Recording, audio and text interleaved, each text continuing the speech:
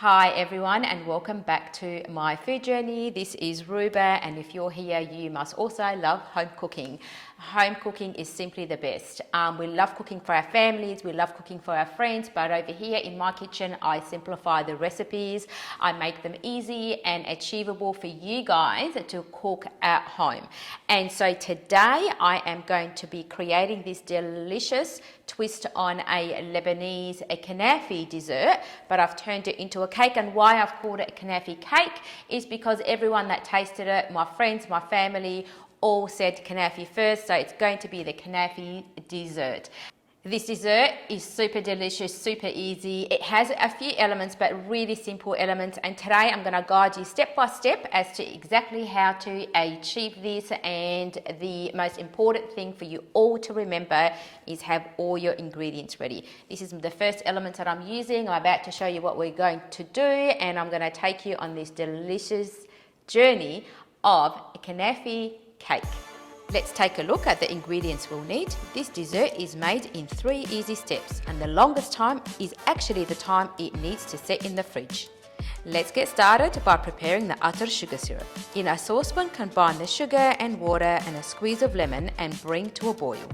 You will notice the sugar dissolving. Once boiling, reduce to low and cook until the syrup has thickened slightly. Set it aside to cool. Next, we'll toast the milk powder in a frying pan over low heat until it turns a deep golden color. This step will give our dessert a delicious caramelized flavor. Do not walk away from the pan. The milk powder can easily burn, and trust me, it's not the flavor that you want, and this is what it will look like. Now preheat your oven to 180 degrees Celsius and grease a round springform 24 centimeter tin with baking paper. Now in a blender, you're going to combine your toasted milk powder. Make sure it has cooled down though. Your fine semolina, melted ghee, also make sure it's not too hot. Sugar, eggs, reduced fat cream, baking powder, salt, vanilla extract, and the coconut.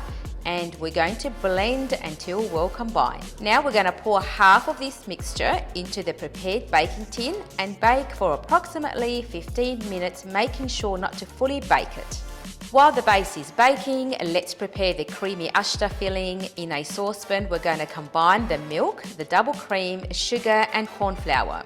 Bring it to a boil and let it cook for 1 to 2 minutes. Just a quick tip here to prevent lumps forming, just use a whisk initially to stir that, and then you can use a spatula if you like. Now remove it from the heat and let it cook slightly, but keeping it a little bit warm. So we don't want it to completely cool down.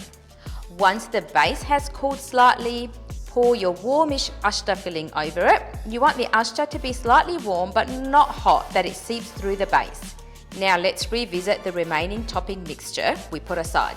If it has thickened, thin it out with those 3 to 4 tablespoons of milk. Pour it over the filling and bake for an additional 25 or so minutes until it becomes golden and fully cooked through.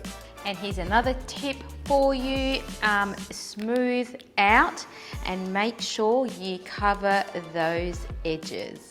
Once the cake is cooked through and you have removed this dessert from your oven, and whilst it's still warm, you're going to pour the cooled utter sugar syrup on top. Then you're going to garnish with those slivered pistachios while the syrup is still warmish and still sticky.